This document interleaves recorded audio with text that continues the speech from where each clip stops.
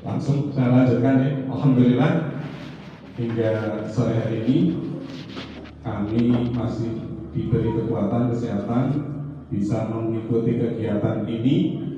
Alhamdulillah bisa selesai sehat semua ya. Amin.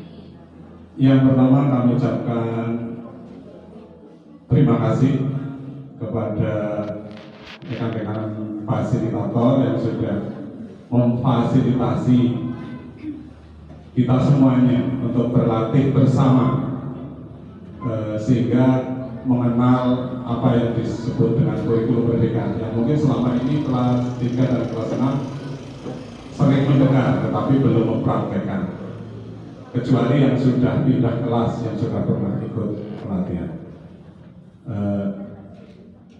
Yang kedua, saya merasa menjadi peserta yang paling tua dan juga paling muda karena di antara peserta ini ada yang seusia anak saya, bahkan murid saya dan Pak Devi itu dulu saya tanda tangan ijazah SD-nya sudah sesama jadi guru SD, sehingga saya merasa masih muda karena dengan anak-anak saya belajar bersama. Jadi teman. Kemudian yang memfasilitasi Mbak Sulis, Mbak Lilis, ini juga saya tahu betul ketika mau daftar jadi guru. Bahkan dulu di Mana Raja 1 Mbak Sulis Widianti ketika daftar yang tadi di sana, saya baru di sana juga pernah bersama, sehingga rasanya awet jadi guru. Yang pertama, kesan yang pertama ini rasanya 3 hari di sini banyak kesan. Meskipun sebenarnya pelatihan 3 hari bagi saya itu sangat belum apa-apa, karena kemarin saya dan Mas Hambali baru ikut pelatihan 310 jam 9 bulan. Sehingga kalau hanya 3 hari baru sepupu ilmunya. Itu Mas Aan sudah memfasilitasi teman-teman yang pelatihan 310 jam. Pak Retno Sulis ini juga sedang sudah selesai. Sehingga kegiatan 3 hari ini sebenarnya belum apa-apa. Oleh karena itu, apa yang teman-teman hari ini peroleh itu ibaratnya baru kulitnya. Isinya nanti panjenengan buka sendiri di rumah masing-masing. Kalaupun tadi mungkin ya yang kemarin baru perantang ya, mungkin ada gambaran, tetapi lebih jelasnya, lebih lengkapnya nanti dipelajari sendiri di rumah, berdiskusi dengan teman di sekolah, dan manfaatkan komunitas belajar yang ada di sekolah.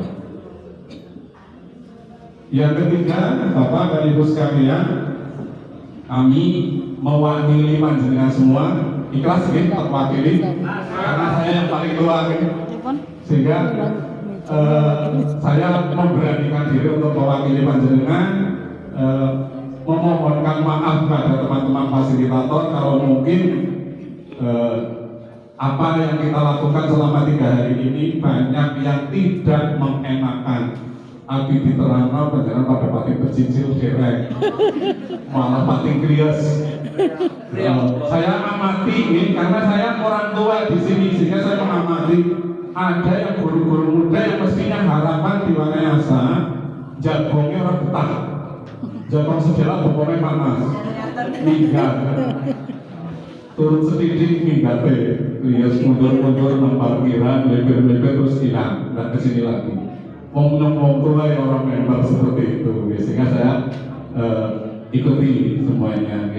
Tolong teman-teman yang muda-muda, apa itu putranya Pak Kiryo, sampah putranya Pak Kiryo, ya ajak di sini Pak Kiryo lah ya.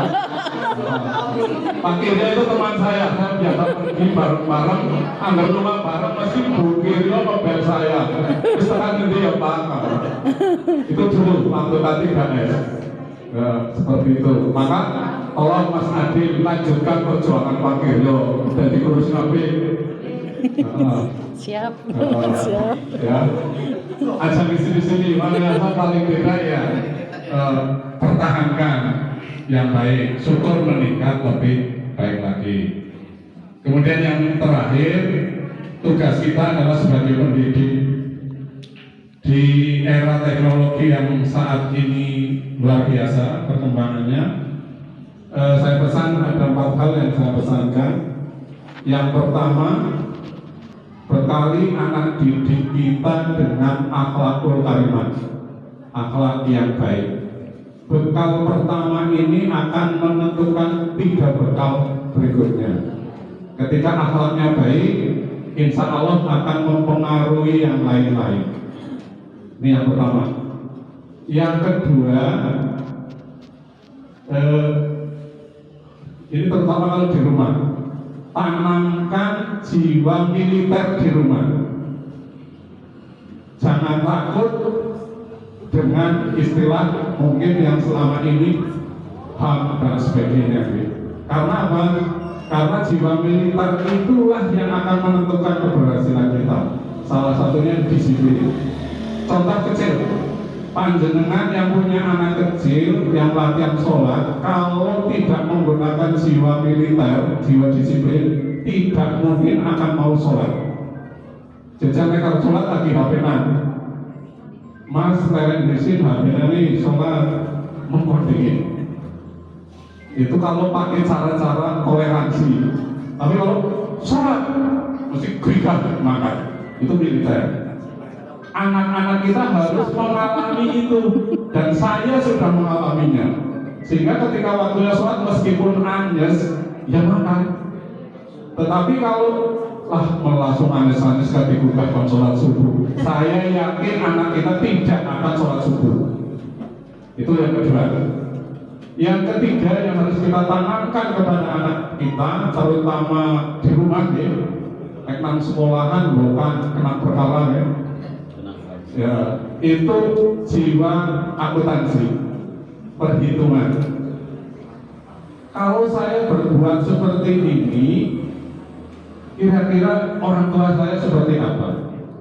Kalau saya berbuat seperti ini, kira-kira guru saya seperti apa?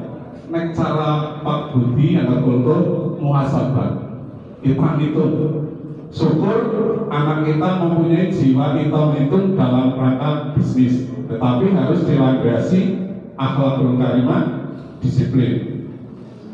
Yang ketiga, jiwa akuntansi perlu ditanamkan kepada anak kita. Jadi nek panjenengan sini pinter nukokna klambi apik, tanamkan pada wis siki tertukokna klambi sing rega pira tak bayarkan. Tapi suatu saat kamu harus bisa beli sendiri, bisa membelikan orang lain. Maka ketika itu ditanamkan pada anak, insya Allah nyong klambi kayak ini egin ditukokna wong tuane, jadi gak sombong karena belum bisa beli sendiri. Yang terakhir perlu ditanamkan, anak kita harus menguasai IT. Syukur menjadi programmer, karena hidup kita sehari-hari saat ini ditentukan oleh programmer. Judi online, siapa yang membuat? Programmer. Apalagi yang online. Semuanya yang membuat programmer. Maka kalau kita hanya sebagai konsumen programmer, kita hidupnya kalau itu kena diprogram oleh orang lain. Maka bekali keluarga kita, jadi kita menjadi ahli-ahli IT. Termasuk saya, guru yang sudah paling tua mencoba untuk itu, sehingga kadang-kadang yang muda pun hanya kepada saya. Karena saya berusaha untuk itu, sehingga tidak dikendalikan oleh orang lain. Karena teknologi mestinya membantu kita, bukan memperalat kita. Maka kalau panjenengan garap PNN, jangan disiksa oleh PNN, tapi PNN kita kendalikan. Itu, ya.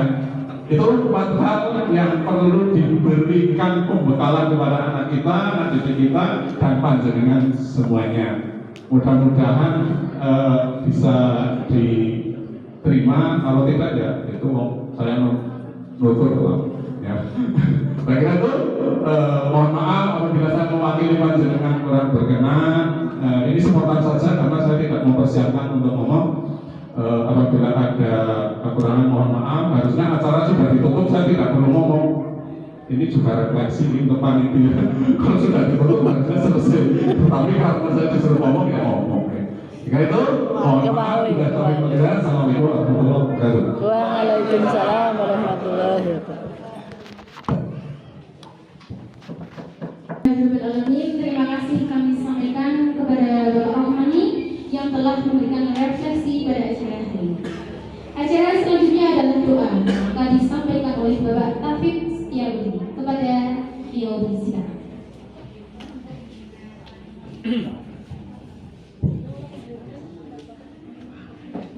Assalamualaikum warahmatullahi wabarakatuh. Waalaikumsalam warahmatullahi wabarakatuh. Alhamdulillah, bismillahirrahmanirrahim. Yang kami muliakan